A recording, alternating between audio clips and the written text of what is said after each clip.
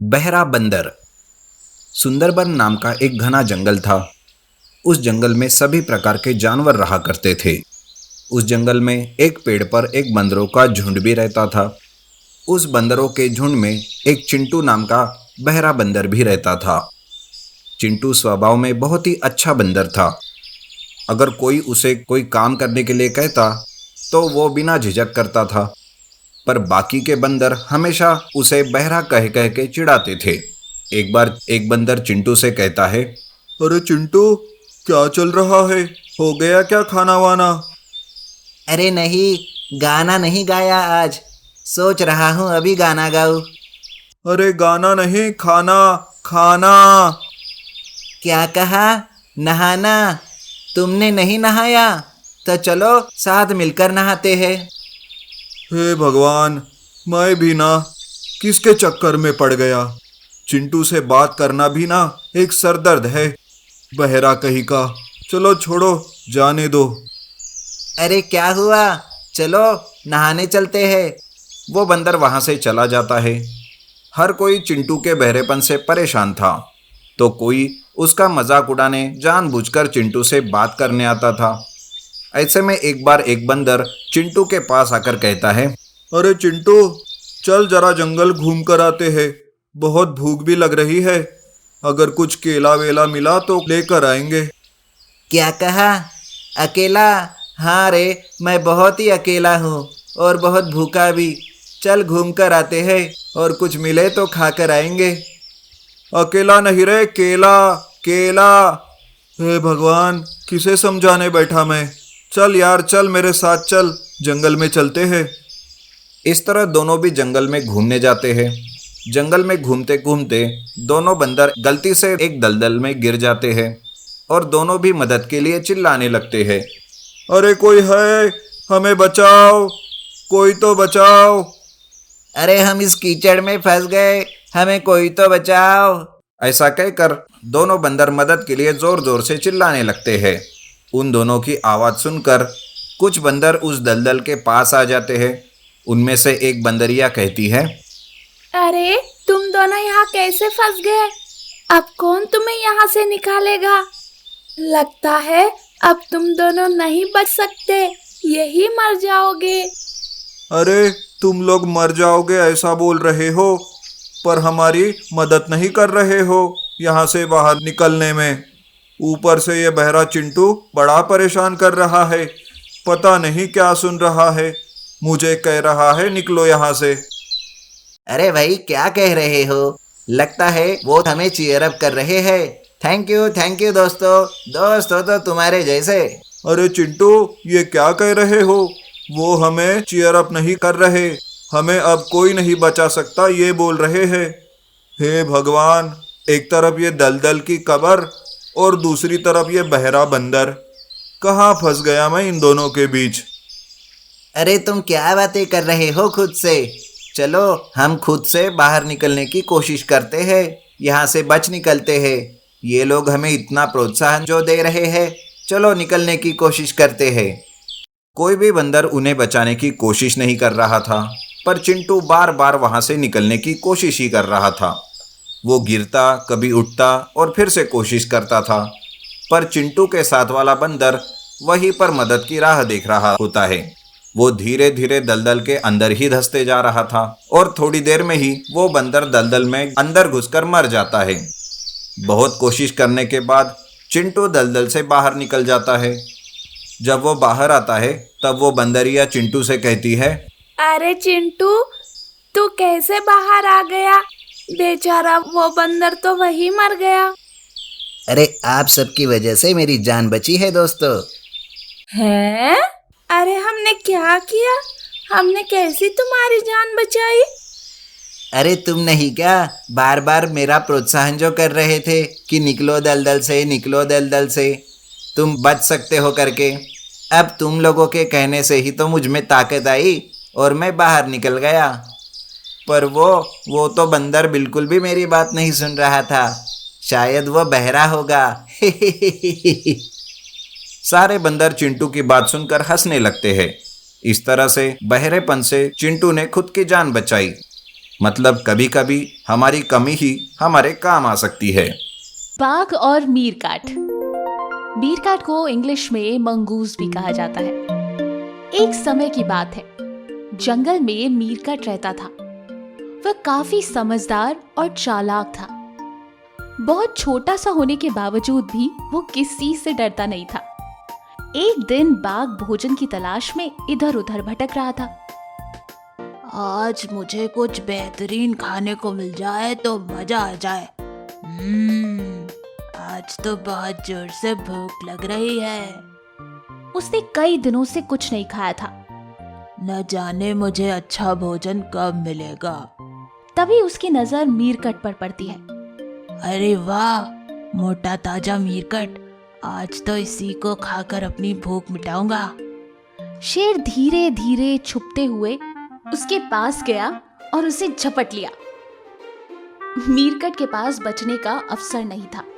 मैंने कई दिनों से कुछ नहीं खाया है, आज मैं तेरा भोजन करूंगा।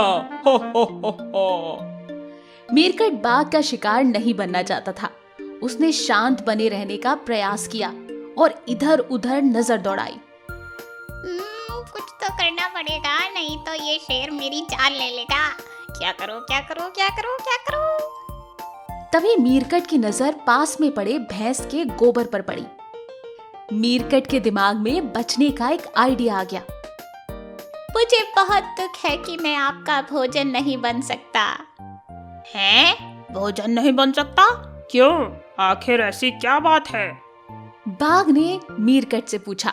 तभी मीरकट बोला, दरअसल बात यह है कि राजा शेर ने मुझे अपने केक की रक्षा करने के लिए कहा हुआ है। राजा का केक? बाघ ने उत्साहित होकर पूछा। हाँ, राजा शेर का केक। ये देखिए, यहीं पर तो है। मीरकट ने गोबर की तरफ इशारा किया। ये बहुत स्वादिष्ट है। राजा नहीं चाहते कि कोई इसको खाए, इसलिए उन्होंने केक की सुरक्षा के लिए मुझे तैनात किया है। केक की तरफ ललचाई हुई नजरों से देखकर बाघ ने मीरकट से पूछा, क्या मैं इसे थोड़ा सा चख सकता हूँ? मुझे खेद है, मैं बहुत दुख के साथ कहना चाहता हूँ कि आप इसे नहीं चख सकते। राजा बहुत नाराज हो जाएंगे। बस थोड़ा सा। प्यारे मीरकट, राजा को कभी पता नहीं चलेगा। बाघ ने चापलूसी के साथ मीरकट से कहा। चलो ठीक है, परंतु पहले मुझे दूर जाने दे, जिससे कि राजा मुझ पर आरोप न लगा सके। ठीक है, तुम जा सकते हो। बाघ मीरकट के जाल में फंस चुका था। जैसे ही बाघ ने मीरकट को छोड़ा, वो सिर पर पांव रखकर तेजी से भागा और इधर बाघ भैंस के गोबर की तरफ बढ़ा। मुट्ठी भर गोबर उसने हाथ में लिया और केक समझकर तुरंत मुंह में गप कर लिया। छी छी छी छी छी छी, हाथू हाथू हाथू, ये केक नहीं, भैंस का गोबर है। ये नालायक मीरकट मुझे बेवकूफ बना गया। इसकी इतनी मजाल। दूर से देख रहा मीरकट जोर जोर से हंसा और जान बची तो लाखों पाए बोलकर तेजी से भाग लिया। तो बच्चों, हमें ये सीख मिलती है कि विकट से विकट परिस्थिति में भी हमें हौसला नहीं खोना चाहिए। शांत दिमाग से विचार करने पर कोई ना कोई तरकीब जरूर निकल आती है।